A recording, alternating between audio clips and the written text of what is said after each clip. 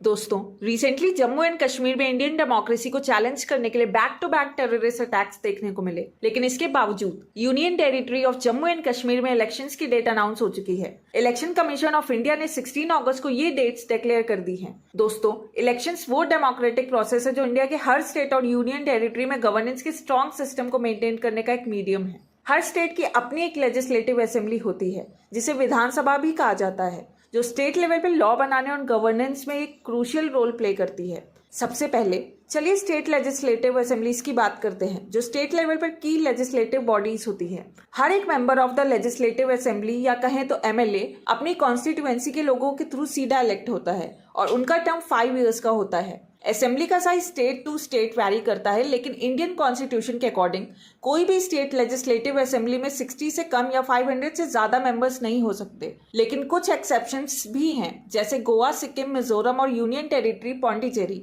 इनके लिए special provisions बनाए गए हैं, जिसकी वजह से यहाँ की लेजिस्लेटिव असेंबली में 60 से कम मेंबर्स हैं। चलिए जानते हैं हर एक असेंबली में कितनी सीट्स हैं।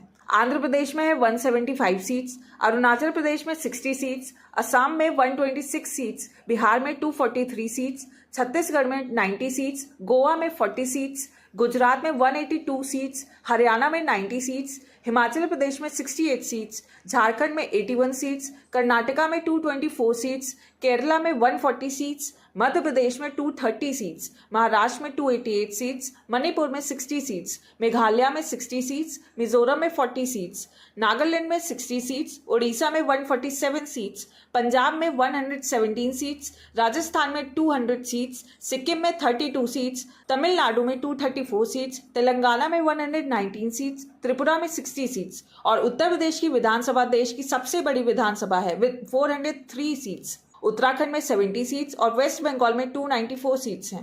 इसके अलावा यूनियन टेरिटरी ऑफ दिल्ली में 70 सीट्स, पौंडीचेरी में 30 सीट्स और जम्मू एंड कश्मीर में 90 सीट्स हैं। अगर बात करें बाई कैमरल लेजिस्लेचर्स के बारे में, ज्यादातर इंडियन स्टेट्स में यूनिकैमरल लेजिस्लेचर ही होता है, लेकिन कुछ स्टेट्स में बाई कैमरल सिस्टम भी अपनाया गया है, जिसमें एक लेजिस्लेटिव असेंबली विधानसभा और एक लेजिस्लेटिव काउंसिल विधान परिषद होता है। लेजिस्लेटिव काउंसिल अपर हाउस होता है, जो नेशनल लेवल पर राज्यसभा जैसा लगता है। फिलहाल सिर्फ 6 स्टेट्स में लेजिस्लेटिव काउंसिल है, जो की है आंध्र प्रदेश, कर्नाटका, तेलंगाना, महाराष्ट्र, बिहार और उत्तर प्रदेश। याद रखने वाली बात यह है, किसी भी यूनियन टेरिटरी में लेजिस्लेटिव काउंसिल नहीं है। फ्रेंड्स, ये भी जानना जरूरी है कि इन स्टेट्स में लेजिस्लेटिव काउंसिल आर्टिकल 169 के अंडर बनाई गई है, जो पार्लियामेंट को ये पावर देता है कि अगर स्टेट की लेजिस्लेटिव असेंबली एक रेजोल्यूशन पास करती है, तो वो स्टेट में लेजिस्लेटिव काउंसिल क्रिएट या एबॉलिश कर सकती है। इन काउंसिल्स का होना इन स्टेट्स में लेजिस्लेटिव स्क्रूटिनी का एक एक्स्ट्रा लेयर ऐड करता है। स्टेट लेजिस्लेटिव काउंसिल का साइज स्टेट लेजिस्लेटिव असेंबली के मेंबरशिप से ज्यादा नहीं हो सकता, लेकिन ये कम से कम 40 मेंबर्स होना चाहिए और ये मेंबर्स चेयरमैन और डिप्यूटी चेयरमैन को इलेक्ट करते हैं। Friends, that is it for today's video. मिलते हैं अगली वीडियो में with some interesting information. Till then, do not forget to like, share and subscribe the channel for more important updates.